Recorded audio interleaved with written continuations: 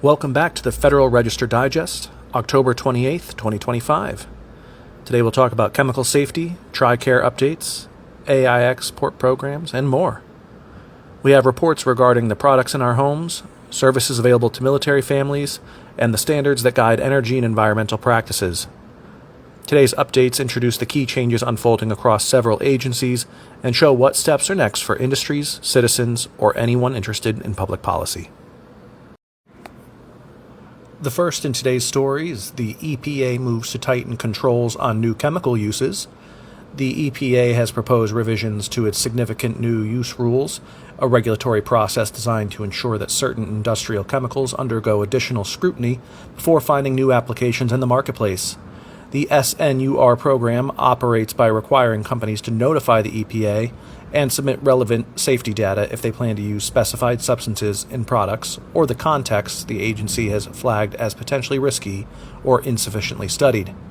This process means that before anything changes hands on the store shelves, EPA scientists have a chance to assess the possible health and environmental impacts. The affected chemicals often relate to the common commercial products such as coatings, plastics, and household cleaners. The proposed rules publication opens a period for public comment, giving stakeholders, from manufacturers to advocacy organizations and interested citizens, an opportunity to weigh in before any changes take effect.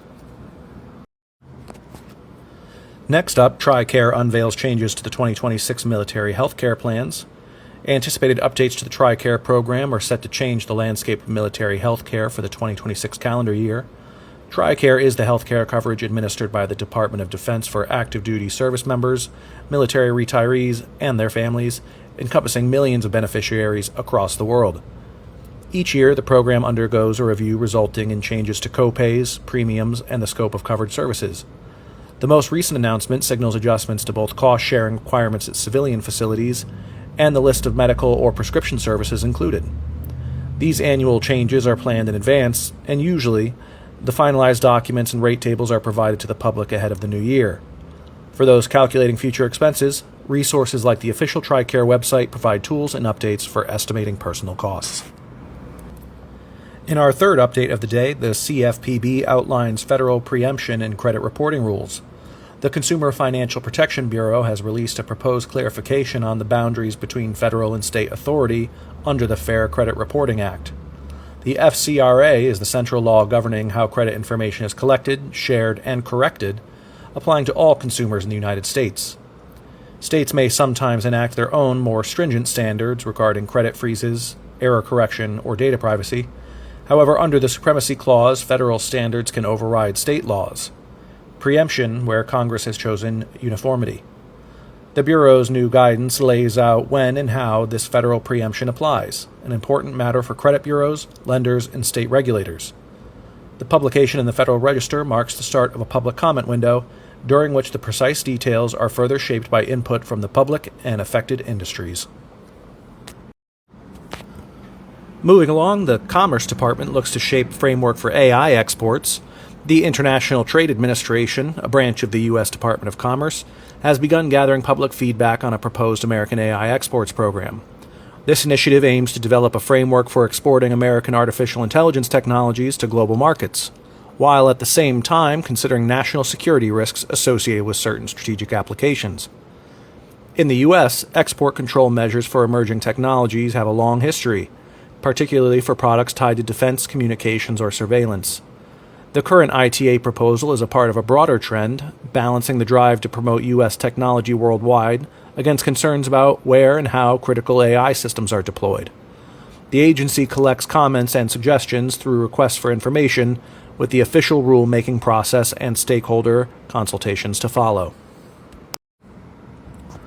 Next up, the Department of Energy updates financing programs for major energy infrastructure.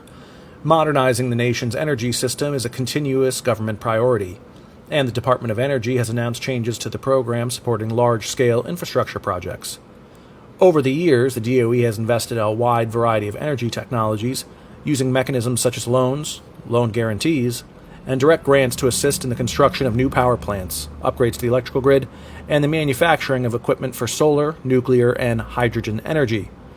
The updated guidance details which project types and sectors will be eligible for support and explains the application timeline for stakeholders. Federal financing programs of this sort are intended to lower costs, spread risk, and accelerate deployment across a range of energy resource types. Proposed rule changes and updates are posted for public input in line with federal procedure.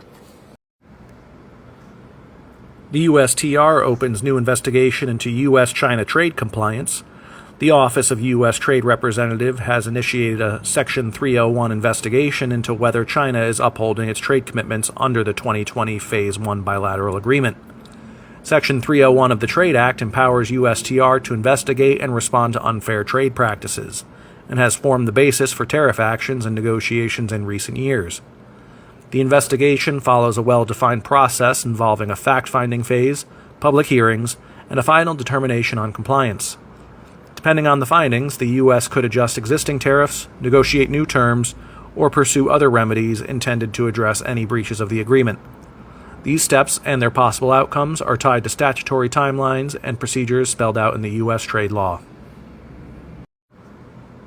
The Small Business Association issues disaster declaration for Leech Lake Band of the Ojibwe. A new disaster declaration from the Small Business Administration makes federal loan assistance and recovery programs available to the Leech Lake Band of the Ojibwe community following severe storms and other natural events. The declaration is activated after coordination with state, local, and tribal officials and hinges on an assessment of damage that exceeds local resources. Residents, business owners, and nonprofits in the affected area can now apply for low-interest loans for property repair, rebuilding, and related recovery expenses. Details about eligibility, loan types, and how to apply are made available through both the SBA's Disaster Loan Portal and Community Outreach. The assistance continues until the community's needs have been largely addressed, as monitored by federal and tribal agencies. In our final update for the day, the EPA expands reporting requirements for power plant emissions. The Environmental Protection Agency is renewing its data collection mandate for stationary combustion turbines under the new source performance standards. These turbines are frequently used for power generation and subject to reporting requirements when it comes to certain pollutants, like nitrogen oxides and carbon monoxide. Under NSPS rules, regulated facilities must monitor and submit emissions data on a regular basis, which federal and state authorities then use to enforce air quality regulations and assess compliance with environmental goals. Periodic renewals, such as data collection, ensure that the information remains up to date and relevant for current policy decisions. The latest action also opens a window for public comment on the specifics of the rule and the scope of required reporting. Thank you for tuning in to today's Federal Register Digest. These policy updates may seem distant, but they shape the products we use, the services we rely on, and the decisions that affect our communities. Stay informed, get involved when you can, and come back tomorrow for the latest on how Washington and your voice can make a difference.